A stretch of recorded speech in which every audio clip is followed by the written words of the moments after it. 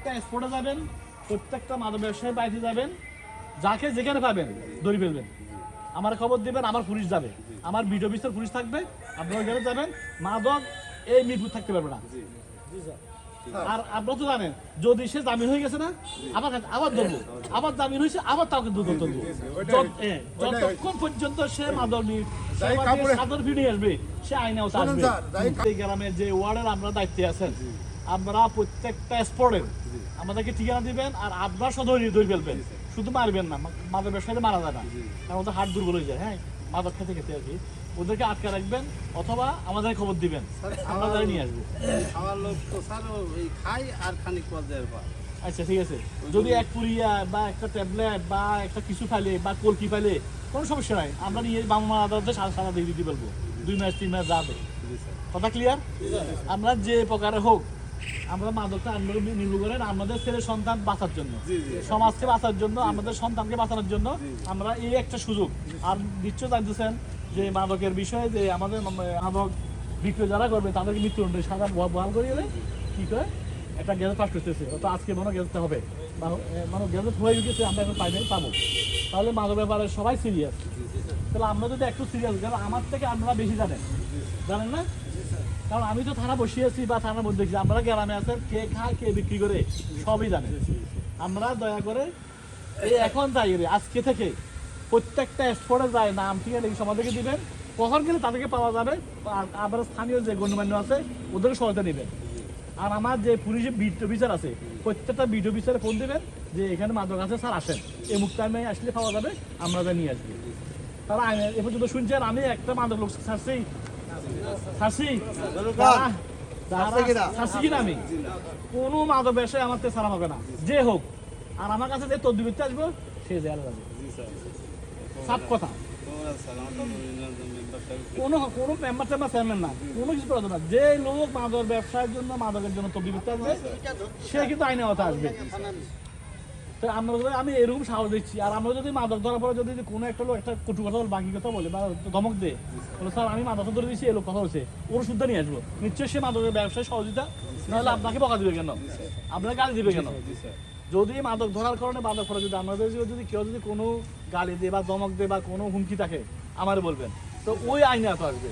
কারণ এই জন্য আসবে, আপনি তো ভালো কাজ করছেন, আমরা রাষ্ট্রের সমাজের আপনার ভবিষ্যতের জন্য, এই দেশের গঠন করার জন্য ভালো কাজ করছেন। ওইটার জন্য যদি কেউ আপনাকে যদি বাধা দেয়, তাহলে আমরা তাকে আইনে আওতা নিয়ে আসবো, কথা বুঝলেন?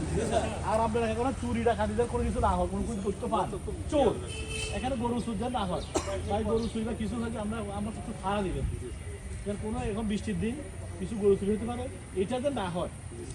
আর এগুলো করে কে? এই যারা মাদক সেবী মাদক খায় ওরাই করে, সুস্থ মানুষও করবে না। দেখেন আমাদের দেশে যে নারী নির্যাতন এগুলো বাড়ছে, কারণটা কি? শুধু মাদকের জন্য। এখানে অনেকগুলো সংখ্যা নষ্ট হচ্ছে, স্বামী স্ত্রী পরিমাণ হচ্ছে শুধু মাদকের কারণে। একটা ছেলেকে বিশ্ববিদ্যালয় পাস করে কিন্তু ঠিক ভালো তারা বিয়ে দিচ্ছে, পরে সে নেশা করে কি হয়, সে একদম ধ্বংস হয়ে যায়, তার পরিবারটা ধ্বংস হয়ে যায়। তো এদের থেকে বাঁচার জন্য কি মাদক এই দেশ থেকে নির্মূল করতে হবে। বিশেষ করে আমরা নির্ভুল আছি, আমরা নির্ভুলকে আগে মুক্ত করি, ঠিক আছে? সবাই হাত তুলে অধ্যাপন করবেন, কে করবেন না? সবাই করবেন।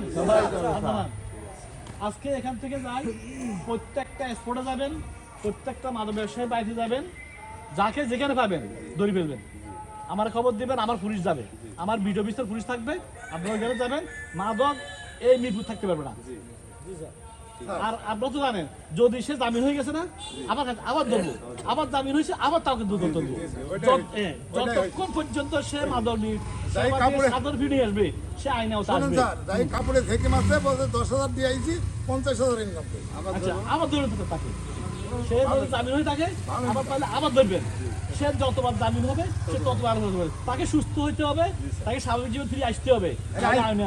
সন্ধ্যাবেলায় গাড়ি পাঠান, একটা স্থানীয় জায়গায় বাকি গাছটা আমার, মাদকের ব্যাপারে কোনো ছাড় নেই। কত মূল্য আসে না, না আগের কাজ তো এত পোলা পানির কাজ মাল দেয় স্যার, আর তারা তো সাহেব স্যার দেরি করে। ঠিক আছে, এই লোকগুনকে আগে ধরতে হবে। আচ্ছা ধরবো কিভাবে আমি বলি, আমি দেবো স্যার, আপনি এখন চলে শুনেন।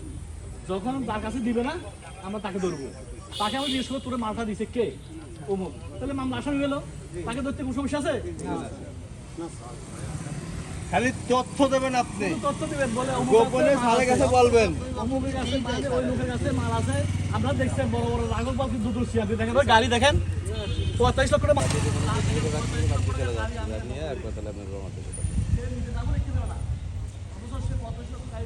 নাম্বারটা দেন। মাল পাবেন না।